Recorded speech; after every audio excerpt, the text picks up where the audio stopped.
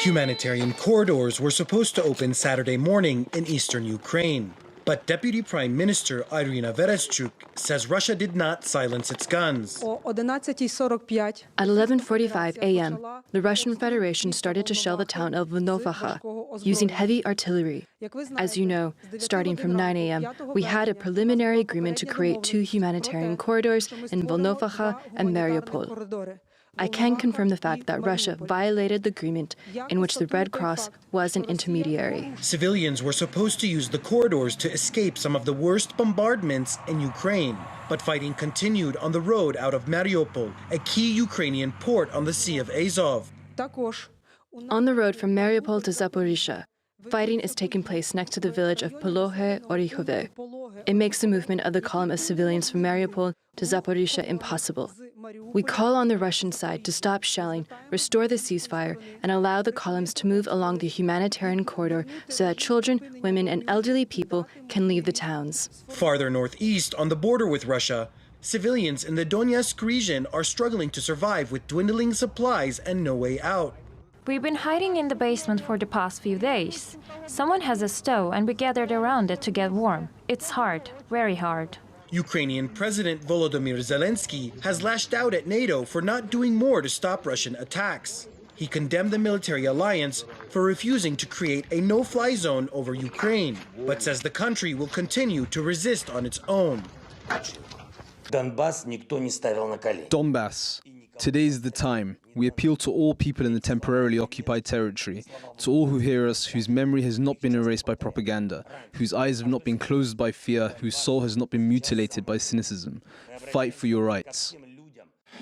Russia's President Vladimir Putin said that the operation is going forward as planned, warning that a no-fly zone would escalate tensions even more.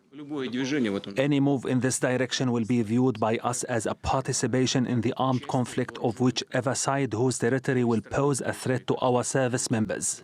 That very second, we will view them as participants of the military conflict, and it would not matter what members they are. Despite the Russian threat, the U.S. Secretary of State Antony Blinken spoke from the Polish-Ukrainian border alongside Ukraine's Foreign Minister Dmytro Kuleba. He said American support to Ukraine would increase in the coming days. There's a very, very strong tide in support of Ukraine and against the horrific aggression committed by Russia. Putin's made a terrible, terrible, terrible mistake in many ways. But it starts with the proposition that somehow Ukraine doesn't exist as an independent country. What Ukrainians are showing every single day is, of course, exactly the opposite. Kuleba said his country was willing to continue negotiating with Russia, but is concerned about the cost of inaction. Unfortunately, at least as we speak, these humanitarian corridors are not available because of the Russian fire and shellings.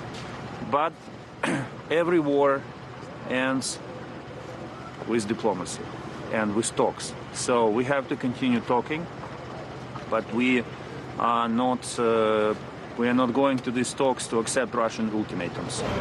More than 1 million Ukrainians have been able to escape the violence. Polish officials say they're taking in more than 100,000 Ukrainians a day. The UN says that without an immediate ceasefire, more than 4 million Ukrainians will become refugees in the coming weeks. Obaida Hitto, TRT World.